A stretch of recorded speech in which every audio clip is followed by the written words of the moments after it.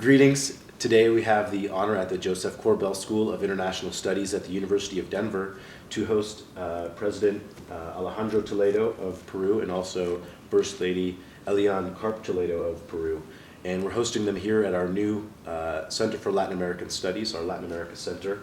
And we have the honor of having them here today to discuss their books. Today we have President Alejandro Toledo discussing his new book from Stanford University Press, Shared Society, The Shared Society, A Vision for the Global Future of Latin America. And we also have a new book by Eliane Karp-Toledo, El Perú Invisible, En Busca de los Derechos Indígenas en Tiempos de Democracia y Globalización, or Invisible Peru, In Search of Indigenous Rights in Times of Democracy and Globalization, from Planeta Press. And so I'd like to just thank you very much for joining us today and being a part of our center today. Thank you so much. Provide a very persuasive vision of a shared society in your book, and yet there are some significant political challenges to seeing that vision to become reality.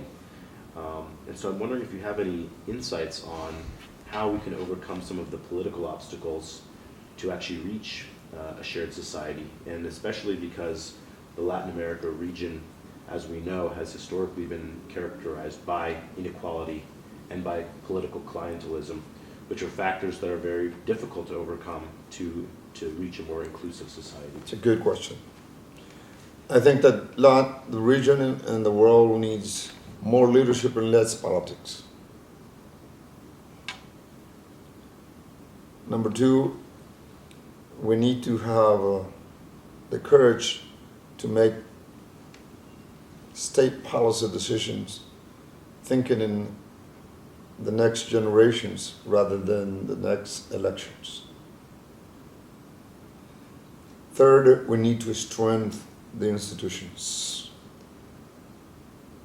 And fourth, we need to distribute better the benefits of economic growth.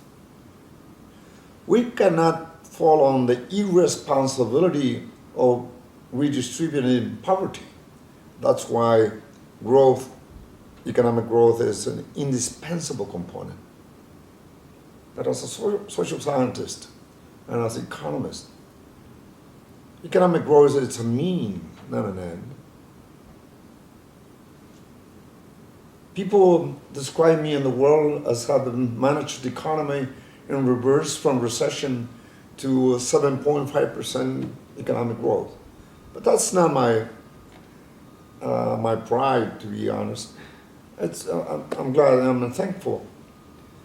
But how do we include the diverse cultures who have been marginalized, excluded, because the color of your skin, or because the place where you were born?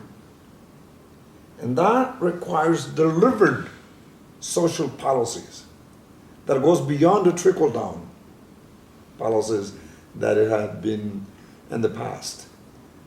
The notion that growth and that with growth automatically will come to distribute it and equalize. I want to kill poverty. I want to eliminate, reduce drastically inequality. And the only way that I know is that investing in the minds of our people. These three interrelated points. We need to reduce dramatically early malnutrition.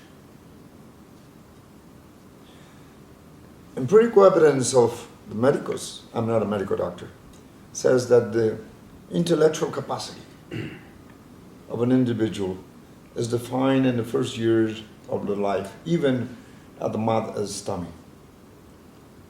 And if you reach the age of 5 years old and you have a high level of early malnutrition, then you begin running in a disadvantage.